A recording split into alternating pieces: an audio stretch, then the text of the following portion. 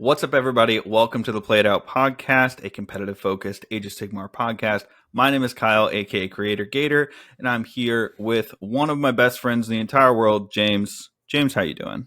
I love you, Kyle. I love you too, man. What's it called, dude? It's good to be back. You know what I mean? I took a podcast off because yeah, I know we're like I said, we're unfortunately we have to pretend we're adults. You know what I mean? So we both work full time. We both have animals. We both have wives. We both have houses. Like, it's one of those things where it's like, we don't have kids yet, but it's one of those things where time kind of gets in our way pretty quickly. So whenever we can find a nice clean hour to get these podcast recordings in, you know, that's peak, absolutely peak. Because we're getting all these hot rules. Oh my god, yeah. So they're dropping, like I said last podcast, they're dropping like 2 important articles a week, basically for the next 3 months, like leading game defining articles. Yeah, like big. And we want to talk about them. And this is a great place where you and I can talk about these things. So that way, in our day to day, every day when we talk to each other, we can talk about human things and not, just talk about the rules. So this is our perfect.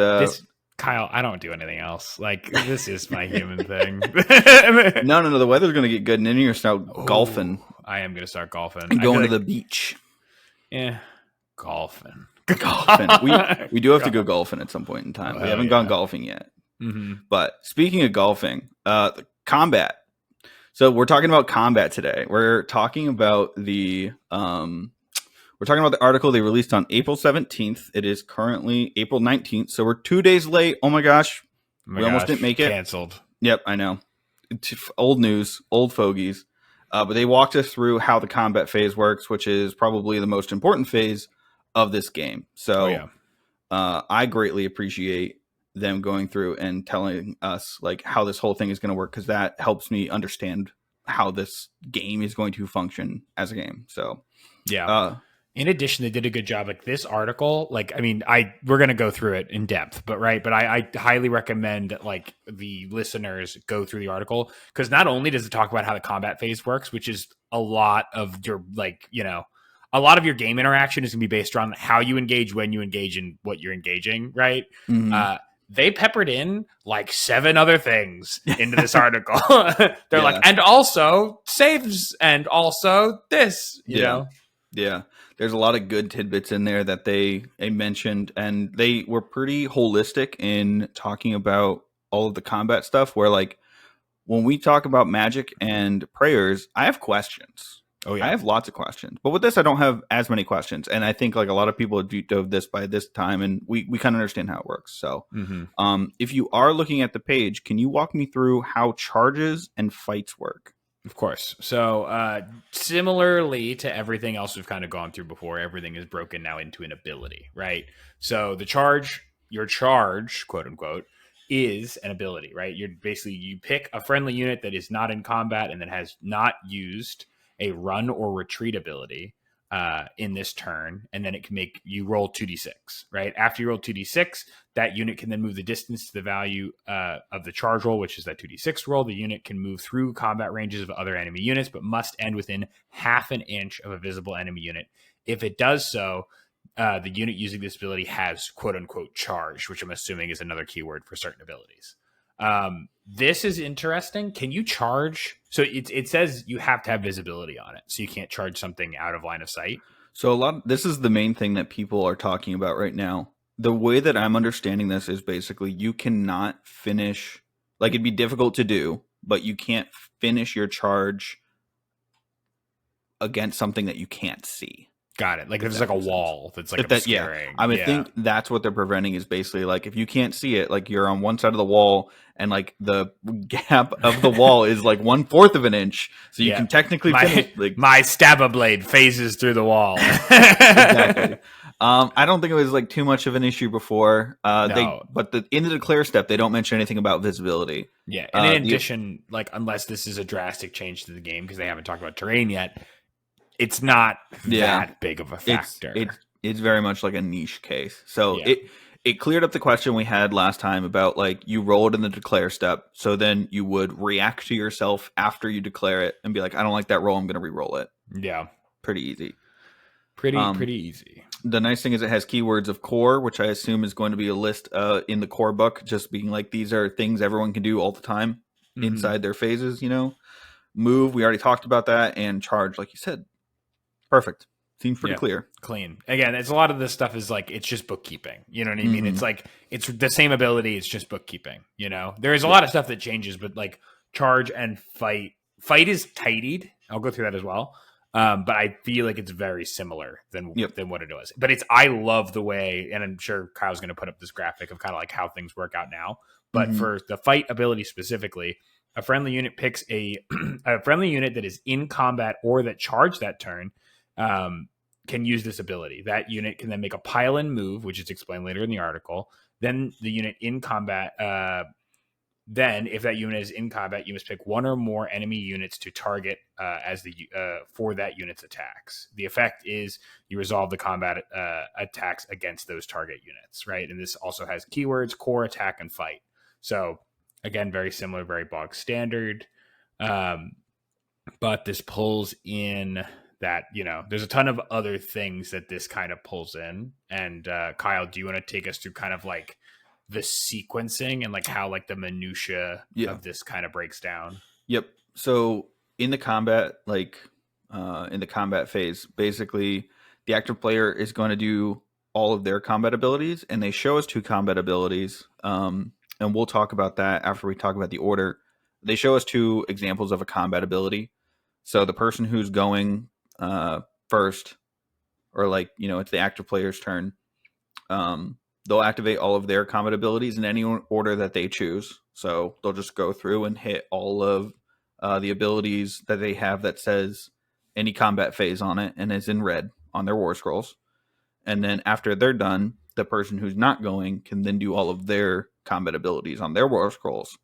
And after that's completed, that's when they can start doing the fight ability, starting with the person who's going, and then it goes back and forth. Yeah, they maintained alternating activations. Yep, it goes, so like the person who is active, he'll choose one unit first, and then the other person will choose one unit, and then they'll go back and forth. And now that is separated into fights first, regular fight, and then fights last. But I think that people were, the Honest Wargamer said that there's 7 phases of combat. You know what I mean? And I'm like, technically, I mean, if that's how you want to think about it, if that's how your brain works, perfect. I like the 2 phases of abilities and fights. Yeah. And then we just kind of most of that is back and forth. And then you can split the fights into the 3 phases. Cause there's not a whole lot of stuff that has fight first and fights last. I say that they did show us a ability that is fight last. No, there's a lot. Again, every army has an ability. I would say most likely every army has access to a spell, an ability, an aura. You know what I mean? A prayer that enables, or an artifact that enables fight first, right? Mm-hmm. Fight first, or can cause fight last, right? I disagree with that take because we already in the game right now have fights first, fights regular, fights last. Yeah, that's not new. It's just in boxes now. You know what I mean? Agreed. Effectively nothing has changed. The only thing different is there's a clean way to be okay, if you have a combat ability, or if you charge into me, you're the active player, right? You do your combat ability first, I do my combat ability first. Because I know we've had this conversation before, right? Where it's your Vindictors, your Vindictors come into me, right? As into my Trogs, right? Mm-hmm. I'm playing the sub faction where it's after I'm done fighting, I get to heal, right? Your Vindictors pop after the combat, right? Mm-hmm. So it's because I the rules currently, at least when I play with TOs and things like that, the way that we've ruled it is essentially because I'm the player, it's my turn, right? Or if you're charging it to be your turn, you get to pick the sequence.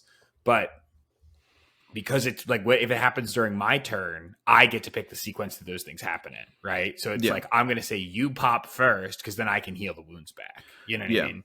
Yeah. And now it's not like that. It's okay, everything's done. We're going to all this weird spicy stuff that all the armies, all the flavor, you know what I mean? We're going to get that out of the way at the beginning so it doesn't muddy the important part, you know? Yeah. And I do remember this interaction that we had now when it was like the healing versus like my Stormcast exploding, you know what I mean, and dealing mortal wounds back to the thing that killed them, and like trying to get into the nitty gritty of understanding where the stack is, because there isn't one currently. No, there isn't. It's very like, it's like the interaction is like muddied because it's at the same point, but like there's a difference, right? Like if I would have taken 3 mortal wounds, you know, from your exploding, like then I would have loved to heal that back. You know what I mean? Yeah, I can't. I don't want to heal before it. Like I'm not damaged. you know? Yeah. True. And they also confirmed that like beginning of phase, end of phase stuff is mostly gone. You know what I mean? Like, and we've talked about it multiple times, but like the hero phase is when that gets really weird, because you both players typically have something that they can do at the start of the hero phase. You know what I mean? Mm-hmm. In the current season, it's everyone has primal dice, battle tactic, and then your heroic action. But we know we're getting rid of primal dice most likely, and the heroic action. Gone. So, you know, it's just the battle tactic, baby. Yeah. So I think there's definitely still going to be some weird cases, you know what I mean? But I think for the vast majority of these, like 95% of like these issues that would happen where it's like both players have abilities that happen at the end of the phase or whatever. I think it's going to be pretty clear. Like what happens when. Or it's like they're going to take all of these, like, because like it's also like there's stuff that happens like after I charge, you know what I mean? Like I'll do mortal wounds to you, or I'll do impacts. Like and those are a little less moneyed, but like there are weird abilities on a bunch of different units that basically all kind of play in like the soup, and they're not like, there's no clear like blockchain or like linear blockchains of like this happened, then this happened, then this happened, then this happened. And a lot of times it's intuitive, but a lot of times it's not. And it's like when you're, you know, if I'm at a top table, I'm calling over a TO. You know what I mean? I'm like, I want to get this right because I want to win as much as he wants to win. Yeah, exactly. It currently all of that stuff is like in paragraphs of text, which is very, very annoying to go through, especially if like, you know, you have a game right after this one. You know what I mean? So like nobody wants to sit down and like go through these like massive things of rules and read them like a lawyer while you're just trying to roll dice. Either you're just trying to have fun with your friend, or you're in a, you know, on a chess clock trying to figure out how to get this game finished in 3 hours. You know what I mean? Potentially get some food in you and go to the next game. Open mouth shoving chicken nuggets, closed mouth. Exactly. So it's one of those things where we appreciate that they're popping this out, and like the majority of things I think are going to be solved. Yes, and it seems intuitive, but it's important when you get into the nitty gritty. Exactly. Yeah. So let's talk about these combat phase abilities, because I think these are kind of hot. They're kind of hot. You want to take the Ard Boys one? I'll take the Blood Sisters. Yeah. So the Ard Boys one. Declare, pick an enemy unit in combat with this unit, and that is charged. And that charge this turn to be the target. So this could happen whether they got countercharged or whether they got regular charged. And then the effect is you make Shield Bash roll D6 for each model in this unit. For each 6-up, inflict 1 mortal damage on that target. So it's important. They don't say anything about range in this. It's just count the number of models in the unit. Roll that many dice on 6s, 1 mortal wound goes to the target. And importantly, this is a combat ability, so it's happening before all the fights happen, which is awesome, because that's basically a mortal wound before you get to fight. Yeah. And if they come in units of 10, so you're like, if you double or if you reinforce it, you're going to be rolling 20 dice.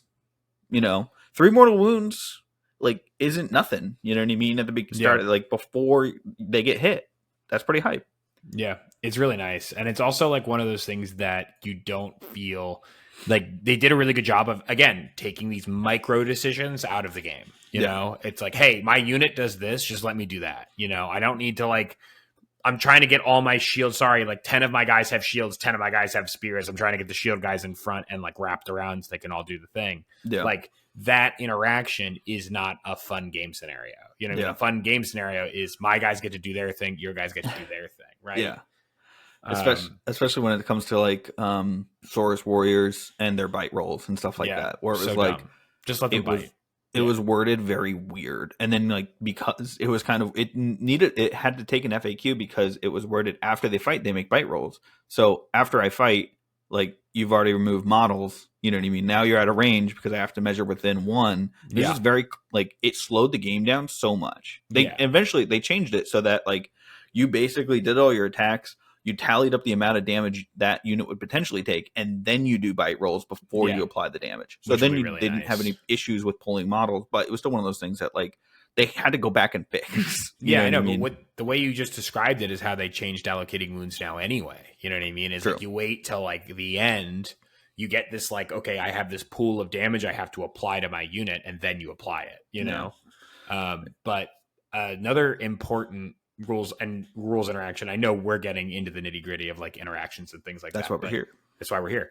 But an important part of this, right, is a lot of times these shield bashes are things that would happen at like the end of the combat phase, right? Like I would remove, like if my Ard boys go into a monster, they don't kill it obviously because they're kind of chaff, and then the monster swings back into my Ard boys, right?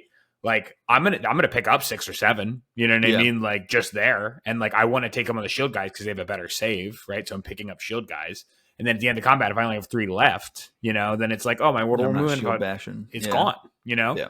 Now because this all happens before the combat phase, I get to do my cool ability and like almost at full strength, if not like because sometimes you know if I'm fighting into Ard boys, they're also gonna get to do it before me if they're going first, but. Yeah. You know, it's nice that you get to play with the cool rules that your army has, and it doesn't feel like you're getting punished for like because there's a lot of minor rules that are on War Scrolls currently that you never get to see because like they happen at the end of the combat, and you're like, well, they died. Yeah, it's a chaff unit. It's not going to get there. It's not getting there. You know what I mean? But walk us through the Blood Sisters because that I think is good. Spicier. It's strong. Yeah, I don't know how many points Blood Sisters are right now. Again, we both don't play Daughters of Cain, but the Blood Sisters, you declare and you pick an enemy in combat with this unit, right? Again, no range, amazing, similar to yours. Roll a dice. If you pick, if the roll exceeds the health characteristic, that target has a strike last effect applied to it, right? Awesome, very very strong. You know, strike last is like my favorite. Like that's my like sauce for my army. Is I just like I'm like. All right, let's like throw our big hammers / anvils at each other, and that one fights last. Well, that changes things. Yep.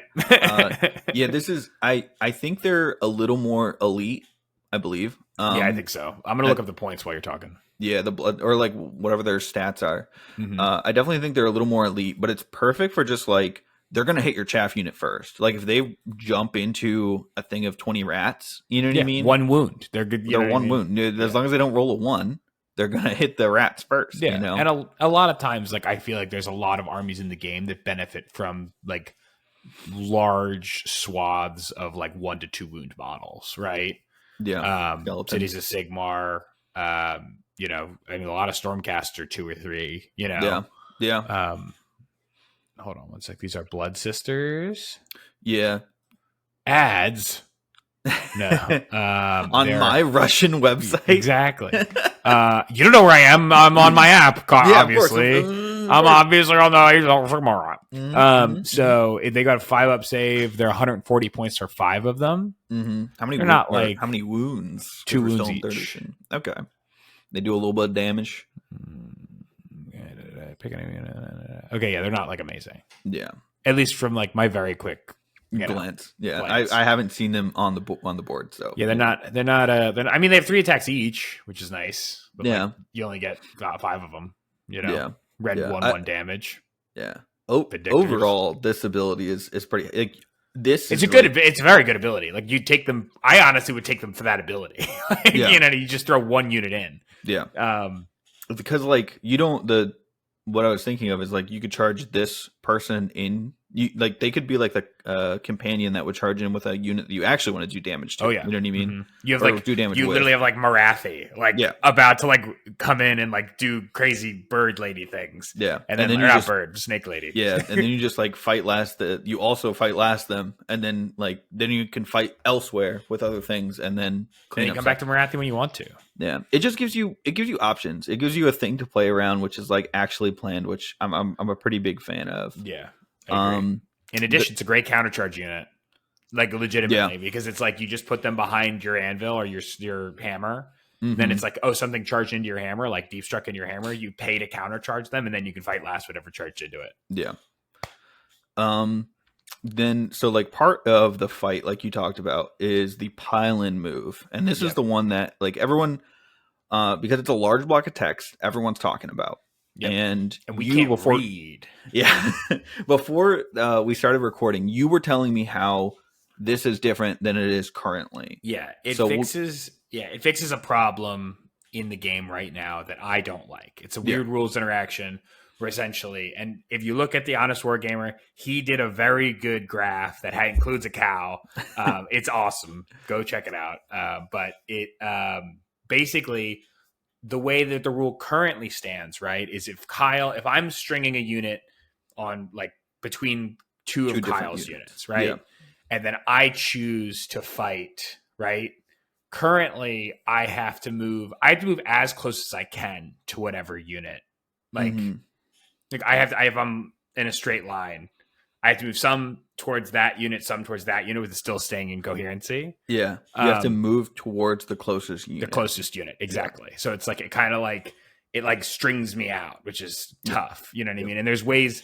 Another interesting way that this pile-in works now is if, let's just say, his line crashes into my line, right? But I basically he hit me already. I have a small unit of trogs, right? 3 high, like elite pieces. And they're next to a monster, right? But they're like 2.5 or like, 2.5 inches away from the monster, right? If the monster was in combat with the trogs at the beginning of the turn, like before the combat started, like the monster didn't charge into me, right? After Kyle hits me, it's my activation, right? I can move the trogs away from the monster. And because the monster didn't charge, and because the monster is no longer in combat, it doesn't get to activate, right? Yep. Which is like, oh, that's like a huge, like I've seen that happen to like whatever his name is. Who's the big Bone Reaper guy? Big swingy sword man who's on a chair. Catagros? Catacross. I've seen that happen to Catacross, and I'm just like, that's like so deflating. Now you don't get to fight with Catacross. Yeah, now you can't fight, which is his whole thing. You know what I mean?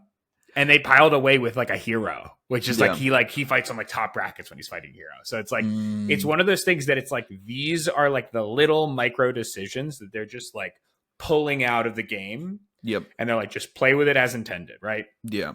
The pile-in move, you're basically like so again, this kind of goes back and forth. You kind of have to go between like the fight ability and then the pile-in move to like get the full scope of the rule, right? But essentially the way it works is you're like, okay, it's my turn to fight, right? Yep. I have a guy. I'm going to pick Kyle's. There's 2 targets. I'm going to pick Kyle's target on the left to be the target of my attack. Right. Yep. All of my guys are going to move towards. Can't end further away from the target. Right. Yep. So they all move in that direction. Right. I fight the guys. We resolve what happens. Right. Yep. Normal fight move. Right. Let's say I have 2 guys I have 2 units. Kyle has 1 unit. Right. My first unit wipes Kyle. Right. There's no more Vindictors. I'm sorry. Yep. And then I have another squad of Trogs or Boingrots or whatever, right? And they had charged this turn to get into combat. Now I have the ability to move them in any direction that I so choose, you know? So it gives it gives you even more incentive to charge and like leapfrog ability, right? Because it's a movement game. You want to move across the board as fast as you possibly can, you know? Maybe you want to move back onto an objective or whatever, you know, like there's a lot of play in that rule interaction.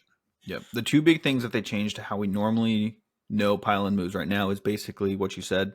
You choose a target and you move closer to that one. There is the last sentence of the pile-in move section. It does say that at the end of that move, your unit must still be in combat with all units that it was in combat with at the start of the move. So it gives you a 3-inch leash, basically, or a 2.9-inch leash. You can't pile in out of combat, similar to the rule interaction we were talking about before. Yep. So that removes that kind of feels bad of, oh, I'm sorry, you didn't choose to fight / pile in with the right thing, and now I'm going to pile out of you, and now you don't get to fight at all. You know what I mean? So like that really helps just smooth it out and make it so like those micro decisions that could potentially matter don't happen anymore, which is I like, because the micro is where I get hung up on. It's also the micro is not really like the fun. Like I'm a big. I'd rather hit something. 100%. Like my favorite turns of every game are turns 3 and 4. You know what I mean? Like I don't necessarily like push the whole army forward, receive the whole army. You know what I Mm-hmm. mean? Because a lot of interactions, usually that's when people like lose their big pieces and it doesn't feel great, you know?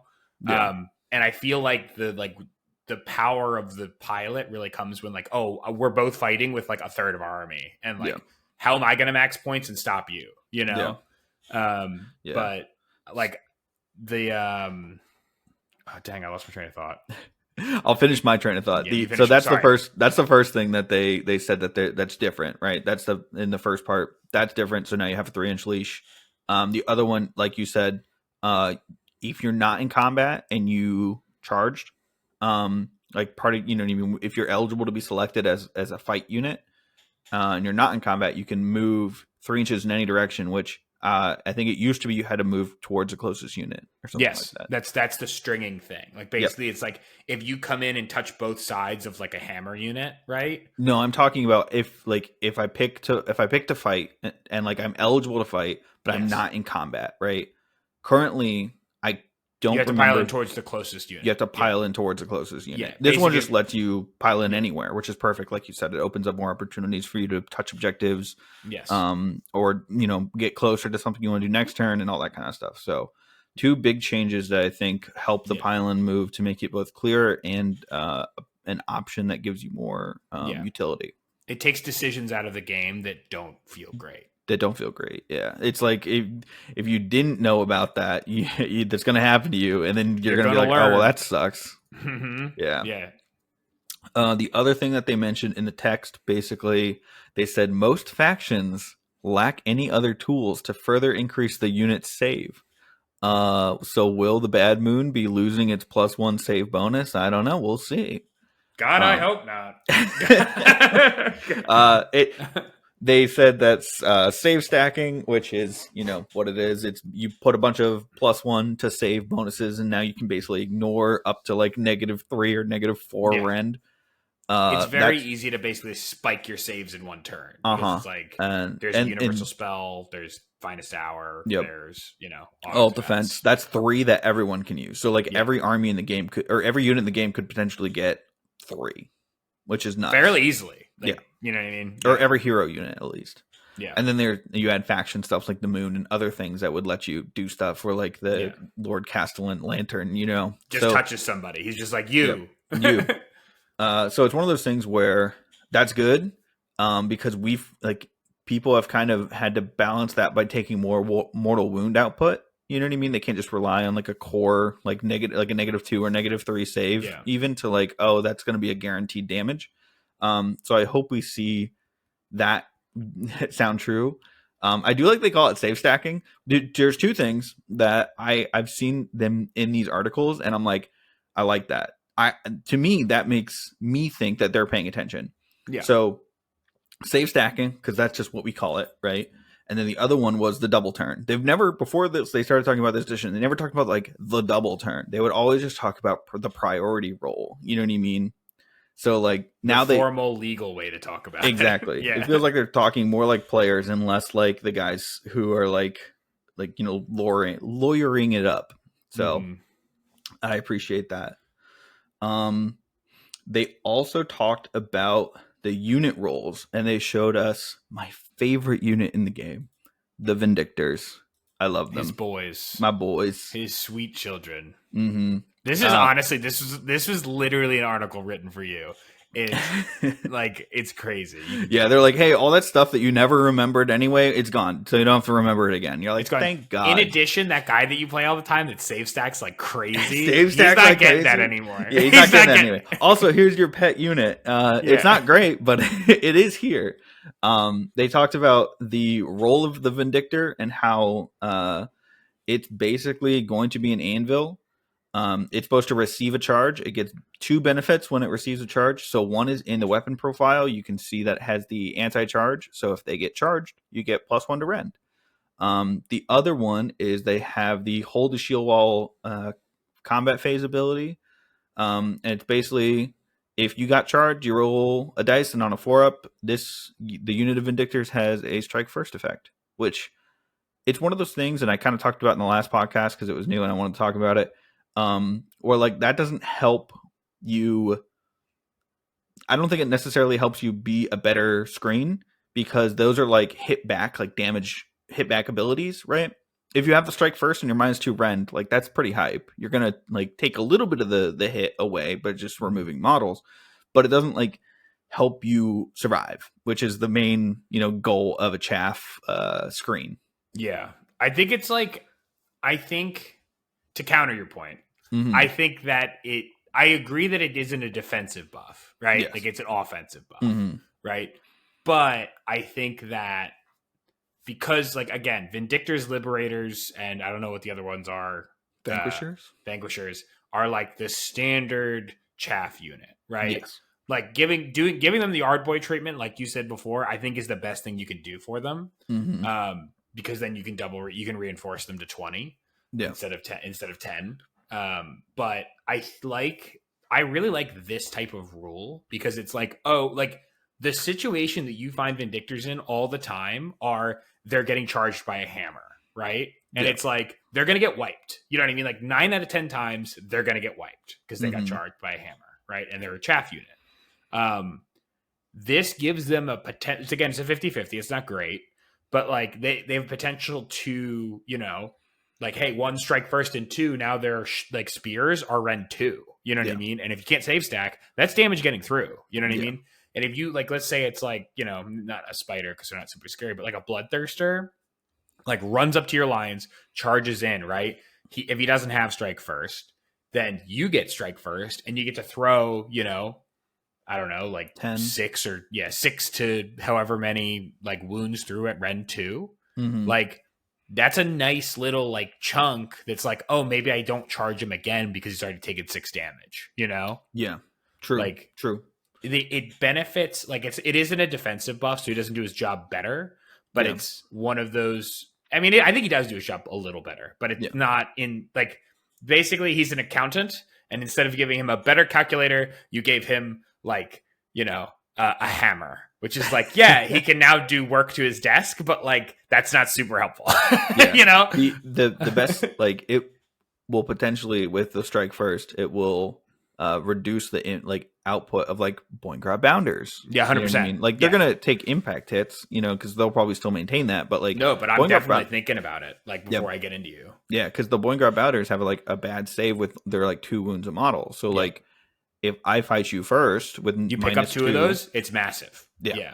So I like that. The other thing I noticed was they have the standard bearer keywords, which is something that we're seeing for the first time on a war scroll, and they say 1 of 5. Which makes me believe that they come in 5-man packs, which, like you said, kind of I wanted them in 10-man packs, specifically the Vindictors, because I wanted something that I could reinforce up to 20 models. But that's fine. Especially because they're designed to be a shield wall. You know what I mean? Like, that's what I wanted, but that's okay. That's fine.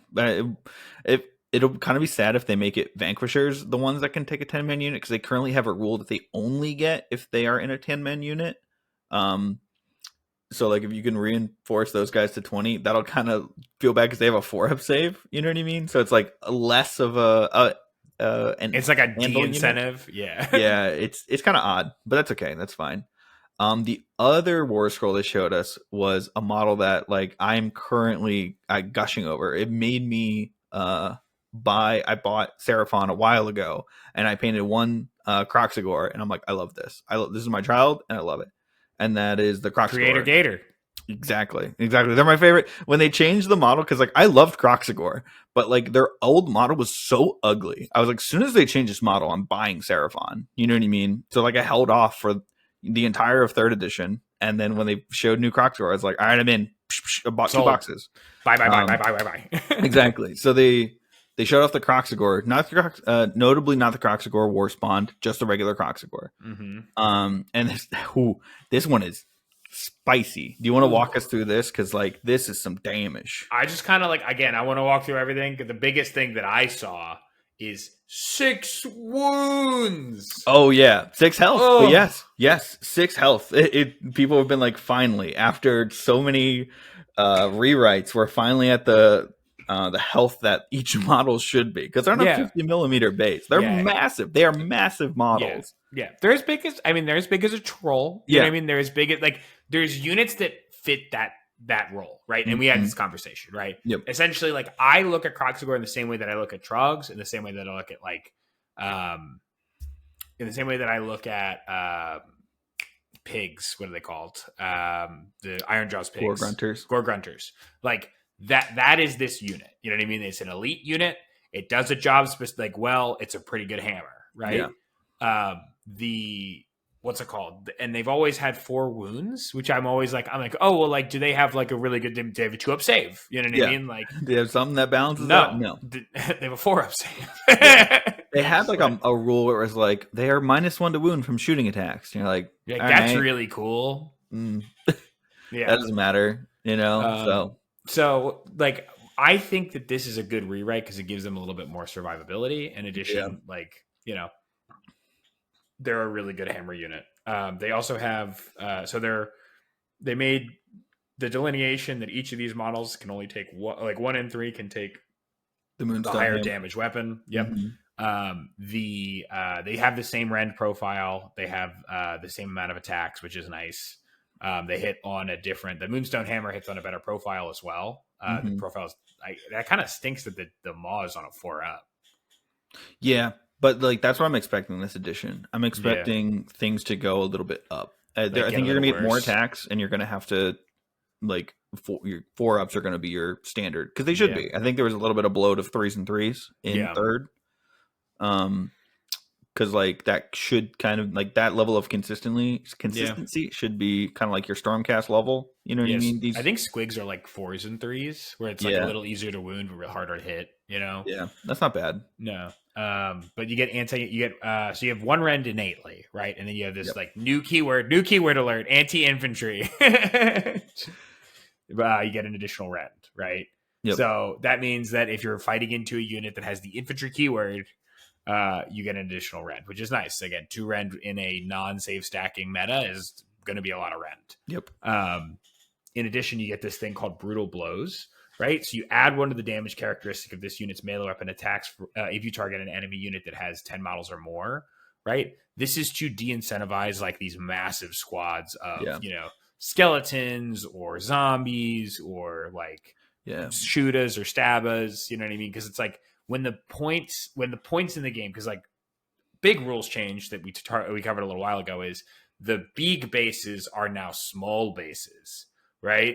Or sorry, big points, like the targets or the whatever it's called, like the points you're holding for primary, right? Went from being like 12 inches to 7 inches. The objectives, right? I couldn't think of the word.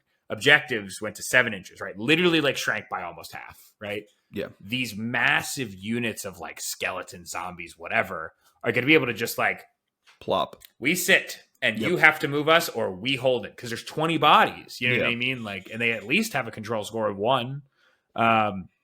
So it's nice when they give like these big supposedly hammer units the ability to take down a unit like that or like, wipe enough of them off so that you can, contest the objective. Yeah. It's also nice that they got a control score of 2 because I think that they should. They're an elite unit. Yep. And that's how it should work. I think I don't think that their movement should be 5, if I'm being honest. It's always been 5. That's true, but I feel like they should be faster. Yeah. The whole rest of the army is fast. It's true. Other things is like you said, the 1 and 3. So they come in units of 3. Even though we don't say that, that's what they come in boxes of. Yeah, it's the standard like Annihilator Trog. Like it's like you're a high elite infantry. Yep, is these guys, and that's their only keyword is their infantry. So like if Kroxigor hitting Kroxigor, they get the anti-infantry thing. Oh, but they're gonna hit. Yeah, their max damage, I believe, for 3 models is 28. Yeah, pretty good. Which is crazy. That's insane. If like they're fighting the exact, and again they talk about unit rolls. These are the guys you want to send into your stabas or your skeletons that have just like you said, like massive amounts of bodies that you need to clear. These are your body clearers. You know. So in addition, like notably, this big hammer unit only has 1 rend unless you're fighting into the specific unit that it's designed to kill. Right. Yeah. And I think that's important because the rules that I'm seeing baked into these models, right? And I think these are more so, we get more out of these ones than we did out of like Liberators, Nagash, because Nagash is like his own thing, god tier model. Yeah. He's going to do Nagash stuff, right? Mm-hmm. He's not affiliated he doesn't have like a role in an army. He's just like the centerpiece. Like everything plays around him, right? The Vindictors have a role. You know what I mean? They're like, hey, we're a shield wall. These are our abilities. We are a shield wall. And it's nice that they have abilities that make them do that better, right?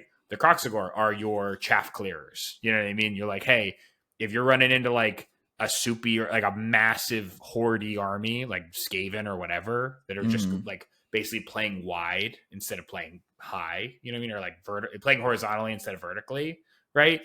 You have the ability to walk in and just, you know. Which is good. I like that they have that unit role. They're benefiting from their role, like their archetype, which is nice. Yeah, I like that. And speaking of massive units, they changed the coherency. Yeah. So coherency is down to half. And they said if you have 7 or more fighters, then you have to be half within 2 other models. Yeah. So that's definitely going to make you clump things up. And like you said, with the objectives getting smaller, you know what I mean? It kind of felt like that would have to happen at some point in time. So I also think that it just makes like moving around the board easier because you can kind of like clump them up and move them over. You're thinking of them as like base to base. Yeah. You could really play this game with just like I have a unit of 20, you know what I mean? And you like, instead of all of these 25 millimeter bases, you just play with like one big base, like a movement tray, you know what I mean, where it's just like a movement tray with basically a wounds or like a health tracker of the unit, you know what I mean? Like you could basically do that, which I like because I think that concept of thinking it like that, I think that makes the gameplay more simply much smoother, you know what I mean? Because you're really playing with like 8 units and not like all these tiny little models. And something we brushed over in speaking of playing like wound trackers and health and stuff like that, they changed how they apply damage. We mentioned it earlier, like basically like the way, like instead of like you attributing damage to specific models, you basically wait till the specific attack has been resolved, like the effect has been resolved, and then you apply damage to the unit afterward. So it's like you accidentally apply it to like your champion or your, you know, banner bearer or like, you know what I mean, whatever that you might need from that specific unit. Like you can basically pick and choose afterwards because you know how much damage the unit has taken. Yeah. It also just like, I don't know how many times I've put a dice next to a model to like keep track of it, and then like 2 turns later I have no idea where that dice went. Like can't remember if I kept track of it, if I moved away from the dice and now it's just hiding behind a piece of terrain. Yeah, dude. You know what I mean? So it just makes the game simpler. Everyone has seen that rule and been like, good. That's how it always should have worked. Just a better quality of life thing. Just a better quality of life, which is perfect. We just keep getting these quality of life things that'll make the game easier to play. And that's I'm so hyped, dude. Yeah, that's not something that's just like we've been wanting more of. I didn't even think about that. Like that wasn't of the things that I wanted on my wish list for 4th. That wasn't on there because I didn't even think about it. You know, it was just something that we already did or always did. So when they changed it, I was like, hype. I love that. It's awesome. It's honestly, it's just a better system. Like again, micro decisions. Take out the micro decisions. You know what I mean? Makes 100%. The game a lot faster and play better. You know? Something that isn't a micro decision though is retreating. Oh yeah, that's they basically were like, you don't want to do that anymore. Unless you have a special rule, and they said that rats will have a rule that they can avoid that damage in some way, shape, or form. We haven't seen that yet, but for frame of reference, the new retreat ability, right? It is a core ability, a move ability, and a retreat ability. Those are the 3 keywords, right? You declare it, you pick a friendly unit that is in combat to use this ability. The effect is you inflict D3 mortal wounds to that unit, and then that unit can move up to its moved characteristic. That unit can move through combat ranges of other enemy units, but cannot end within combat range of any enemy units, right? So it's just worse. It's just, you just take damage now. You know what I mean? Like, which sucks. But I also think that it's worse because you do this in the movement phase, right? Yeah. So, walk me through this. You know, this happened to you recently. Yeah, it happens all the time. Cities of Sigmar, I got smacked by my boy Kyle Booth's big burb. And basically, what happens, right, is me and you, Kyle, are playing a war game as we do. You have a wizard that I charged into with a hammer unit, right? And it's your turn, right? I didn't kill him on my turn. He somehow survives, right? He retreats so that I can't fight him on your turn, right? Yep. You choose to retreat him. He takes D3 mortal wounds because, karma's a bitch, I guess. I'd be like that. Take D3 mortal wounds on your way out. And then you're, 6 inches away from me, 5 inches away from me. And then at the end, then it goes from your movement phase to your shooting phase, right? Goes from your shooting phase to your charge phase, right? Yep. You charge in, right? You can charge my hammer unit to stop me. But if you don't charge my hammer unit and I'm still standing there 5 inches away from your dude, I can countercharge the guy that you paid to get out. Yeah. You know what I mean? The guy who retreated can't charge, but like that guy can get charged on your turn. He can still get countercharged. Yeah, by which is else. Like, and it's a 5, like, unless it's a dragon or something that flies, it's not that far away, Like, it's not like he can redeploy. He just retreated, Yeah, this is really, it's going to go from being something that a tactical decision to like a non-factor. You're not really going to do it very much. The only reason you would do that is to reposition, and you have a special rule, or you are Night Haunt and they give you a special rule where you don't take the damage and you can still charge after you retreat it. You know what I mean? Yeah. Or it's like a desperate gamble type thing where you're like, I'm screwed if I don't, so I might as well. And you want them to spend the command points for it, Like, there's reasons to do it, but it's very bad. It's definitely way worse than it is right now. Yeah. Which I get it, Games Workshop. They're like, you're trying to retreat an hour war game? You got to get in there and fight. We're scrapping, Cap'n. You know what I mean? Like, it's you're not in a here. Beast game. Yeah, exactly. You drop that arcane tome and you square up. Oh man, that's the other thing, is because countercharge happens at the end. Like, they get to choose to countercharge at the end of your charge phase. It's not even like you can charge the thing that they counter. It's you know what I mean? later You in the retreat turn. your guy to try to like get him closer to his friends that could potentially help, and then you're just sitting there and they're out of charge range, so you can't charge them, and then the thing that you've retreated from now just catches back up to you with a charge, and you can't respond. Yup. So yeah, it's definitely going to be. In addition, God forbid it has a shooting attack. Like, you can just shoot him. Shoot him. It's definitely, it goes from one of those things that you potentially would do every game to. You're not going to want to do it unless there's a very specific case you want to do it. So yeah, I'm okay with that. Yeah. It's definitely, it feels punishing. The D3 mortal wounds kind of feels like a spit in the face, if I'm being completely honest. They're like, you want to run away? Do you really? It's just opportunity attacks from D&D. Yeah, but like, D&D's not a competitive system. Like, legitimately, it's not. Sure. But like, it's like, I feel like there's enough that already punishes that as a tactical decision, Yeah. Like, you didn't need to. You don't need to give him D3 mortal wounds. Like, that was a little much. I get it. I understand what you're trying to do. You're trying to switch it up. You're trying to change it up. D3 mortal wounds sounds like nothing, but it's a lot on a 4-wound goblin. Okay, and it hurts my feelings. Yeah, because if it's wounded, it might die. He's just gonna die.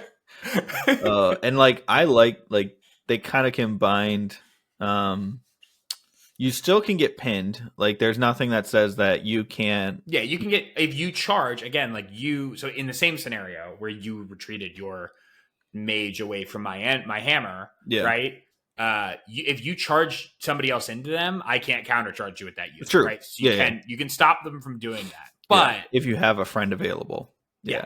But I mean, like, there's nothing that says I can retreat over models or anything like that. Like, I was expecting if they gave you mortal wounds that you were like pushing through the enemy to leave. You know what I mean? So I could see that, but that might be too strong, and it might be incentivizing people to do it if you can push through models. I don't know. It's one of those things where I don't retreat that much. I feel like it was either I'll die on my hill. It was either fighting or dead. You know what I mean? I also don't have a whole bunch of stuff that I want to rally. Like, there's a lot of things where like you'd want to retreat and then rally like later on. So it is what it is. You also frequently want like your chaff unit to just die so that you can summon it back. That's true. For me specifically. For you specifically. For Call for Aid and now Heaven's Sent, So I'd rather things, especially with how Rally has changed and with how It's worse. Heaven Sent works. I would rather a unit just die than try to retreat one. If I had a unit of 4 Storm Drakes, I would try to retreat the one and then like rally to get one back. You know what I mean? I'm not doing that anymore. I want them to fight to the death, and then they die, and then 2 come back potentially if they're cavalry. So we'll see. But that more or less sums up. I know it's only been out for 2 days, but like there's been a lot of discourse online talking about like all of these fights and figuring out the intricacies of how they're things big have articles. changed. Big They're rules. big articles, and like fighting is the most important phase. IMO. I'm not a wizard person. We haven't talked about the move phase, which is interesting. Yeah. They haven't gave us a movement article, and I feel like I want to see, so the charge ability and the fight ability, they gave us the whole thing with the keywords. In the next podcast, when we talk about magic and prayers, they don't give us the whole thing with the keywords. No, it's interesting. That's an interesting choice. It's not. It doesn't seem as not fleshed out, but it seems like they're withholding more information. Yeah, and I want to see this move. The things that I want to see that I haven't seen so far with like the whole game is I want to see the move ability, and I want to see the rules around move abilities, because like I talked about in the solo cast, I believe there's going to be a core rule that says if an ability has the keyword move, you can only do one of them in the movement phase. Yeah, that would automatically prevent people from moving after they land or coming from reserves or anything like that. Teleport or whatever. Teleport, exactly. Yeah. Which that is going to be really interesting because a lot of the teleports happen in the hero phase. So unless they say you cannot use a move ability in the following movement phase, which could be a thing. Well, there was something about the keywords that basically baked that in, where it's like, it's if you use this command ability, it also counts as a run. You know what I mean? Or something like that. You know what I mean? Yeah. Like, and it's like, that basically means like, oh, when you're like picked to charge or when you're picked to shoot, it's like you're treated as if you ran or you're treated as if you moved, you know? Yep. Yeah, because it in the charge declare, it does say has not used a run or retreat ability. And the things that we've seen in the past, I think it was the redeploy has run tagged onto it. And then something else had run tagged onto it that we talked about where it was like, no, you can't do the all your base belong to me thing where it's like you redeploy, counter charge, power through. You know what I mean? Button. I would like all of my command points. Exactly. All my command points, and I want to fly in there and ruin your game from turn 1 on your turn. You know what I mean? So yeah. That's good. Is there any last bits that you want to talk about when it comes to combat, fighting, and all of that kind of stuff? No, I'm jonesing for some more Warscrolls though. I'm so excited. I'm feeling pretty spoiled. Like I said in the solo cast, I play 4 armies, and they've shown 3 out of the 4 of them. If they show a gut ripper scroll or a hobgot scroll, I'll be in heaven because that's all they've showed. Literally a war scroll from every faction, every faction that I play. Yeah, pretty spoiled. Just give me a goblin. Any goblin. How big that spider get? Just give me anything. I'll take anything. Boingrot, bounders, trolls. Just give me one. Then I can kind of interpolate from there. Yep. Yeah. Like you said before we started this, where we have 3 months because, it's coming out in July. Hopefully early July. But we have like 3 months until then. May, they said next month that we're getting faction focuses. That is going to be hype. I'm very excited for that. That's what I'm going to spend a lot of money on. Plastic. When you understand the core, I mean, they won't show everything, right? No. But they'll tell you an article and like hype it up and be like, these are the fun things in your specific faction. Whether or not that's the good stuff, we'll see, But that's kind of for the liquidness of like the people to figure out. Yep. I feel like the competitive mind of the general AOS player base, like it's like a liquid where it seeps into all the cracks and finds all of the issues. You know what I mean? Eventually it'll do that. Yeah. So like whatever they think, it's probably not right. Like we talked about and how they design how to design GHBs. It was like this is this edition's theme. You're like, actually it's not. Yeah, flavor. It's not It's not wizards. It's anti-wizards. It's anti-wizards. Yeah. So, but if we can end it there, unless there's anything you want to say. I'm good. I'm good. We're excited. Wish us luck tomorrow. Me and Kyle have a tournament. Oh yeah, true. Yeah. Yep, so, we're taking a little drive and we're going to a nice little three game tournament. We'll see how that goes. Yeah. Taking the same list that we took to Cherokee just because they're still in the back of our brains. And I don't want to paint anymore. James, he's a big play first, paint later kind of person. 3 colors is arbitrary. White's a color, right? White is a color. Technically, awesome. It's all the colors. All right. Well, on that, thanks for hanging out. We appreciate it. And we'll see you guys in the next one. Peace. Peace out.